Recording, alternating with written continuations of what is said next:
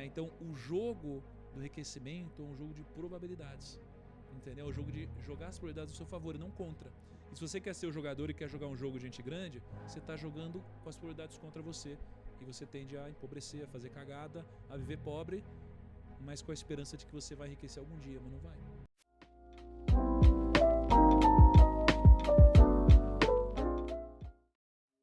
Você precisa virar a casa se você quiser enriquecer, se você quiser ganhar mais dinheiro. E como que você vira a casa? Você traz as probabilidades ao seu favor. Porque a casa é o cassino.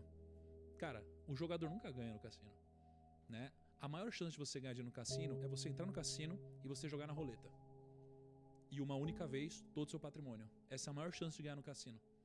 Porque você tem na roleta o preto e o vermelho, e você tem o 0 e o 00, que são verdes, né? Então você tem quase 50% de chance de ganhar. É algo entre 46% e 48% de chance, eu não sei direito. Então a sua maior chance de ganhar no cassino é jogar uma única vez na roleta all-in em alguma das cores. Quanto mais você joga, mais você perde, porque as probabilidades estão contra você. Então, para você virar o cassino, você tem que jogar as probabilidades ao seu favor, né? Então, o jogo do enriquecimento é um jogo de probabilidades, entendeu? É um jogo de jogar as probabilidades ao seu favor e não contra. E se você quer ser o jogador e quer jogar um jogo de gente grande, você está jogando com as probabilidades contra você. E você tende a empobrecer, a fazer cagada, a viver pobre, mas com a esperança de que você vai enriquecer algum dia, mas não vai. Eu passei a deixar de querer enriquecer só com os meus investimentos e passar a ter uma carteira de clientes diversificada. Então foi quando eu deixei de querer enriquecer só investindo meu dinheiro e passei a montar um negócio. Tá. Não é? Então pensa assim, ó, tem muita gente hoje que acha que vai enriquecer pegando o seu dinheiro e querendo ficar comprando e vendendo toda hora. Pode enriquecer, mas as probabilidades estão contra você. Por isso, é natural que você tenha mais chance de quebrar ou de não prosperar. Quando você empreende sem ferir princípios, porque o empreendedorismo por si só também é um jogo de probabilidades contra você, tá? Então, quando você empreende numa área que você conhece, sem você se expor ao risco da ruína, sem se endividar mais do que você deveria, né? Aprendendo antes de correr algum grande risco, você acaba jogando aos poucos essa probabilidade a seu favor. Então, quando eu comecei a empreender, né, eu parei de querer enriquecer só na força do meu braço e comecei a criar mecanismos e modelos, né, que iriam jogar o jogo a meu favor. Por exemplo,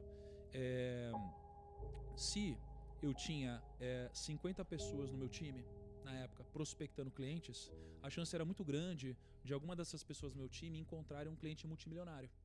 Eu sozinho tenho as probabilidades. Então, o que eu fiz foi um jogo de probabilidades. Então, eu preciso manter um custo baixo, ter fontes de aquisição diferentes. Tu sabia disso, né? Mas na época eu também não tive um mentor, sabe? Eu não tive um cara que sentava comigo e me explicava. Os meus mentores eram os livros, né? Então, o que mudou a minha vida com certeza foi ler, mesmo não gostando de ler.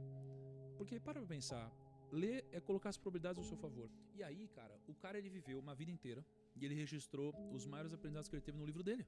É sobre isso o livro, é sobre uma mensagem, é sobre o que ele aprendeu, é sobre o legado. Um legado que ele vai deixar no outro, diferente de uma herança que ele deixa pro filho, não é? Então ele registrou todos os aprendizados dele no livro. E aí a gente vai viver uma vida tomando porrada todo dia para aprender o que esse cara já aprendeu no final da vida dele, tendo tido o sucesso que ele aprendeu, o sucesso que ele teve. Não, eu vou ler livro. Ler livro vai trazer probabilidade a seu favor. Então se você ler a história do Elon Musk, verdade. Se você ler livro, você lê a história do Silvio Santos, você lê a história de seja lá qual for o empreendedor, você vai aprender o que ele demorou uma vida inteira para aprender. Então você vai reduzir a possibilidade de errar onde ele já errou. Mas assim, as massas, elas dificilmente estão certas, assim. Dificilmente estão certas. É por isso que elas são as massas. Uhum. Né? Mas por outro lado, se elas são a maioria, como eu poderia dizer que uma minoria de pessoas está certa? Né? O que definiria o certo e o errado? É complexo.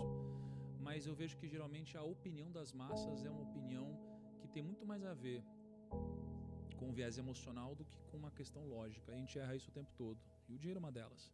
Então, por exemplo, as pessoas gostavam muito mais de mim quando eu não tinha fama, digamos assim. Tá?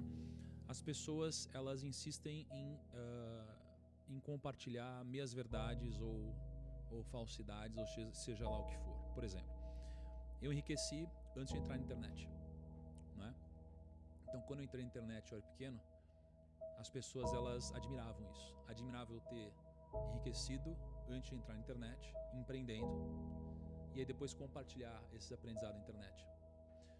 Quando eu consegui compartilhar o aprendizado com muito mais pessoas, e eu passei também a ganhar mais dinheiro digitalmente, né? Uma linha de receita que eu não tinha antes, muitas pessoas começaram a me demonizar pelo simples fato de eu fazer muito dinheiro. Porque realmente, assim, o empreendedor, ele é muito mal visto aqui. Porém, no final das contas, né, existe uma lógica invertida e a pessoa ela vive muitas vezes uma vida onde ela passa por ciclos errados sem nem perceber. Então, é claro que existem as exceções, mas muitas vezes eu sou uma pessoa que eu não fui admirado numa empresa onde eu trabalhei, por exemplo. Então eu não recebi um aumento, eu não cresci e eu fiquei estagnado mesmo acreditando que eu estava fazendo um bom trabalho. E aí isso daqui me traz a crença, já que muitas pessoas ao meu redor me dizem que o patrão é explorador e o funcionário é sempre do bem, que o funcionário ele não deve trabalhar muito, porque isso daqui não vai me enriquecer nunca e eu nunca vou crescer, porque é assim que funciona o mercado capitalista malvadão, por exemplo. E aí, quando eu me demito ou eu sou demitido e vou trabalhar numa outra empresa, eu entro nessa empresa com essa crença. E aí, por isso, eu não desempenho mais do que eu poderia desempenhar. E aí, eu não cresço novamente ou eu sou mandado embora em algum momento. E aí, eu começo a achar que a culpa é do outro. Enquanto que, na verdade, pelo fato de eu ter vindo com essa crença e evitado trabalhar mais do que eu poderia, trazer mais resultado do que eu poderia, né, me fez não crescer. Então, no final das contas, eu estou culpando o outro por algo que, na verdade, eu estou errando. Porque a gente começa a entrar num ciclo negativo. Né? E muitas vezes esse ciclo vem das grandes massas. Né? Porque a maioria das pessoas, elas geralmente não tem algum resultado expressivo. Elas sonham em ter muito dinheiro. Elas gostariam demais de ter muito dinheiro.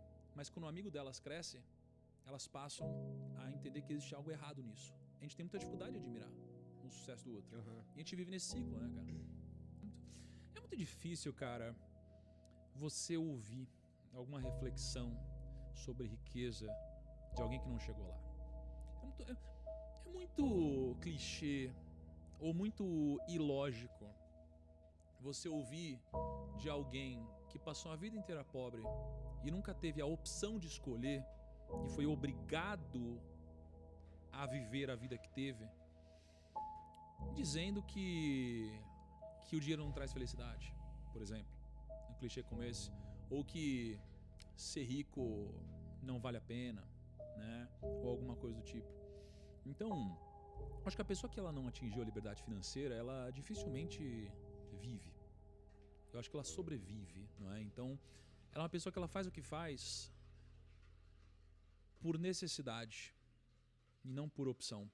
Né? Então dificilmente você vai saber se de fato você gosta do que você faz ou se você vive, né, uma vida preenchida, ou seja lá o que for, né, até você poder ter a opção de mandar todo mundo se ferrar ou você poder dizer não porque você quiser.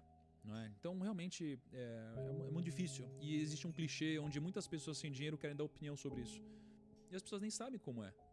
É como aquela pessoa que nunca teve uma namorada ou um namorado e vai querer te dar conselho amoroso. E a gente que já viu, a gente sabe, essa é a sua primeira namorada, seu primeiro namorado, pô, isso daqui parece que vai dar ruim, não é? A gente já viveu coisas. É claro que existem as exceções, mas a regra, né, ela estatisticamente acontece.